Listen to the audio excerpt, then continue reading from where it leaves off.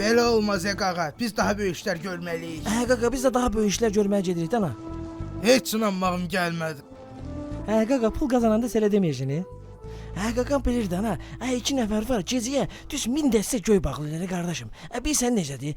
Bunlar partladılar, sezonu partladacaqlar. Sən okey verməlisən. Mən okey verirəm.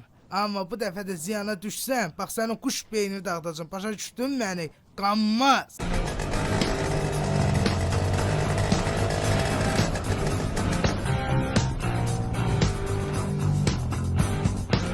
Salamet kalkız.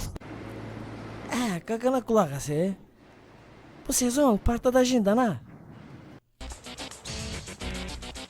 Sən o ber bebe. Pow! Yox, mən gedirəm. Qaqa gedirsən də ana. Biletlər alınıb. Uşaqlar da bizi gözləyir.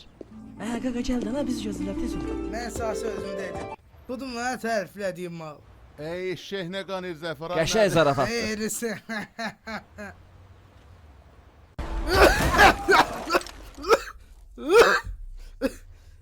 Ara getirin ne bizi? Başıma taş düşsün ay Zacir.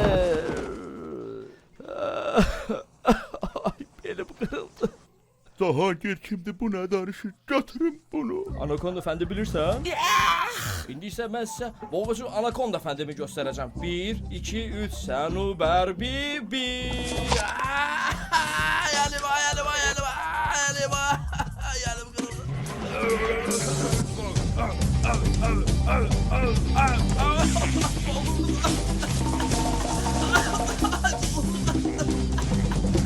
Ey Allah ben ara düşmüşüm böyle. Siz kimsiniz? Aradı bura.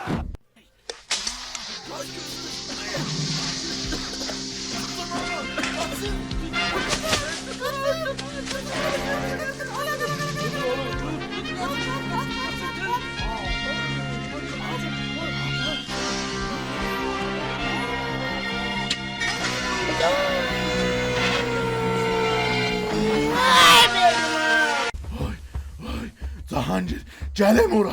Ölümü yıkacağım başına. Allah sağ değilsin ay Cahangir. Tutun onu. Ayağım ya evde kaldı ha. Hadi gel. Ölsün ha. Motorumdayız. Qaqa geldim geldim. Bu sefer desek tapmışam. Başdan Sibir'e xaladenle kıvıraşın. Partladacaq.